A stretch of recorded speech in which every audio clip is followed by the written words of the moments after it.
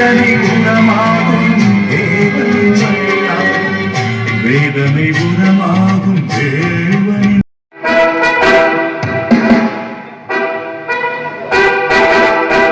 பிதாக்களின் தேவன் நம் பெரிய குருவை ஆசீர்வதிப்பாராக.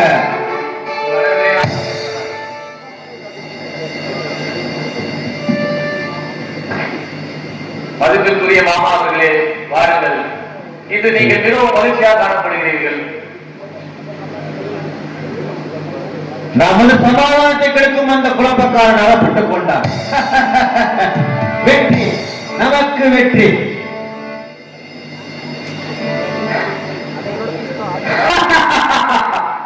மிகவும் மகிழ்ச்சியான செய்தி கொண்டு தங்களுக்கு எனது பாராட்டுகள். எங்கே எங்கே அவர்? செந்தூரின் தலைமையில் நமது வீரர்கள் ரகசியமாக அழைத்து வருகிறார்கள்.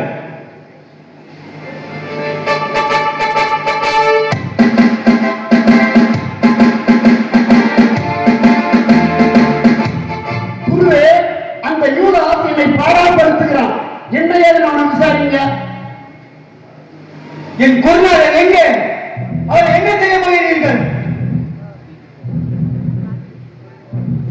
அவருக்கு மரண தண்டனை அறிவிக்க இந்த யூத மகா சங்கம் முடிவெடுத்திருக்கிறது. மரண தண்டனையா? என் குரு சாக போகிறாரா? சாப்பிட போறாரு. அதுக்கு என்ன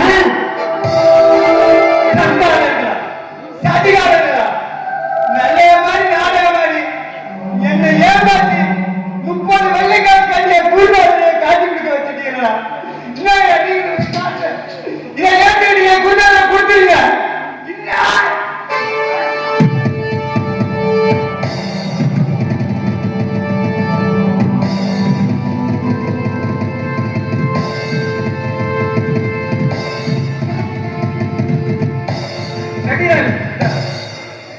இந்த பயங்கரவாதி அழைத்து பிறகு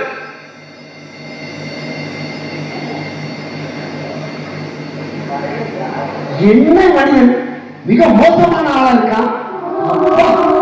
கருத்தை வச்சு புள்ள பார்த்துட்டாங்க.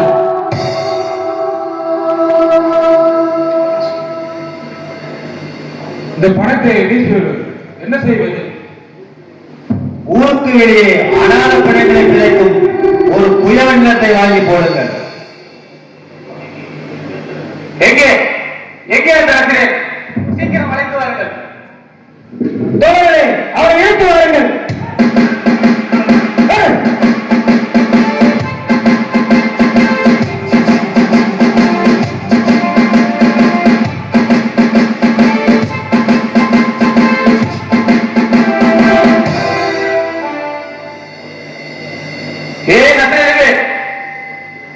தெரிந்த வழங்கியால் ஒபேயின் தங்கத்தால் அழைக்கப்பட்ட சர்வசுந்தர தேவாலயத்தை இடிப்பேன் என்றும் தகப்பேன் என்றும் மீண்டும் 3 தினங்களை கட்டவாளனாக இருக்கிறேன் என்றும் நீ சொன்னதுண்டா?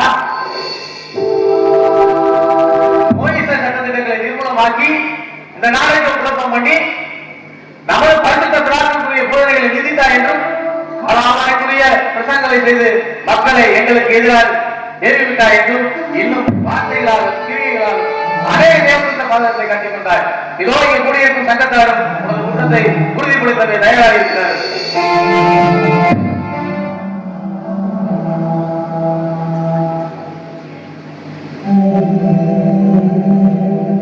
இவன் எங்களை பார்த்து கள்ளஞானிகளாம், நாங்கள் ஆட்டுக்கோட்டிய ஓலைகளாம், குருடர்களுக்கு வழிகாட்டும் குருடர்களாம் என்று சொன்னதை நான் மட்டும் கேட்கவில்லை, நமது சட்டத்தாரே கேட்டிருக்கிறோம். இவன் ஜனங்களை அனுப்பி நமது செசாராயருக்கு வரி செலுத்த வேண்டாம் என்று சொன்னதை என் மீது காதுகளால் கேட்டேன். பாவங்களை மன்னிக்கிறது யாரு? ஈசாக்கு ஆபிரகாம் கடவுள் தானே. அப்படி இருக்க நான் பாவங்களை மன்னிக்க எனக்கு அதிகாரம் உண்டு என்று பல இடங்களில் பல தடவை சொன்னதை இல்லை என்று கேளுங்கள்.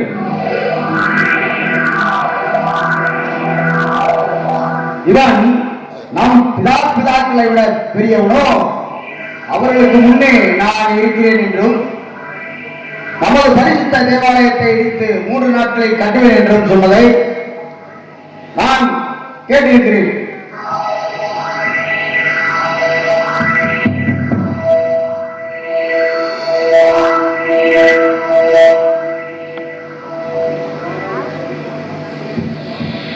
இவன் பிராமணிய பேசுகிறான்.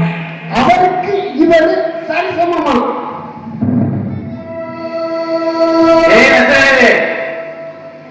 இவர்கள் சொல்வதை கேட்டாயா? ஏன் தான் சாதிக்கிறாய்? வாய் திறந்து பேசு, பதில் கூற மாட்டாயா?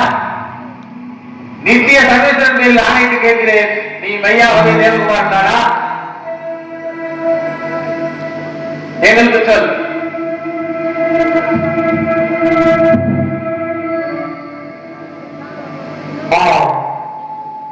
அவர் நான்தான். மேலும் மருமகன் சர்வேஸ்வருடைய வலதுபார சக்தி வீட்டிருப்பதை இனிமேல் காட்டீர்கள்.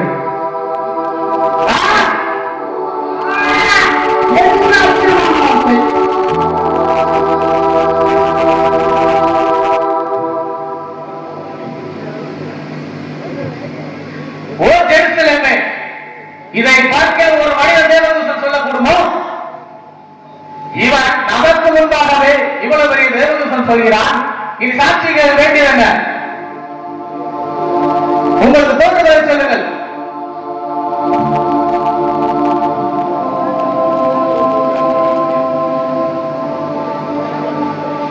இவனுக்கு மரணம் தான் தக்க தண்டனை.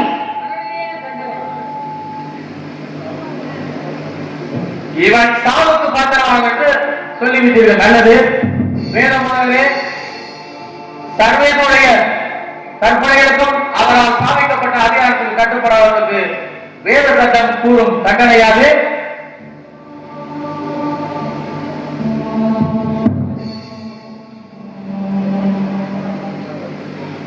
எவன் அவதாரம் கொண்டு வரிஷ்ட குருக்களின் போதனைகளை இயல்பவனும் நீதிகர்த்தாக்கள் விதிக்கும் தீர்ப்பை ஏற்றுக்கொள்ளாமல் இருப்பானோ அவன் மரண தண்டனைக்கு உரியவனாக இருக்கிறான்.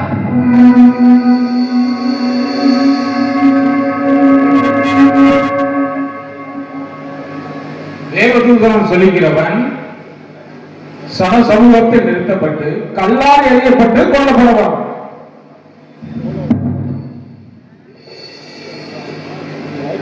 வேதத்தில் மிக தீர்க்கமாய் சொல்லப்பட்டிருக்கிறது, இவன் மரணத்திற்கு பாத்தியவான் என்று. இருப்பினும் விடுந்தபின் நீதி கர்த்தாக்களின் ஆலோசனை கேட்டு அதற்கான வழிவகை செய்வோம். அதுவரை இவனை கலாக்கிரகத்தில் அடைத்து வையுங்கள்.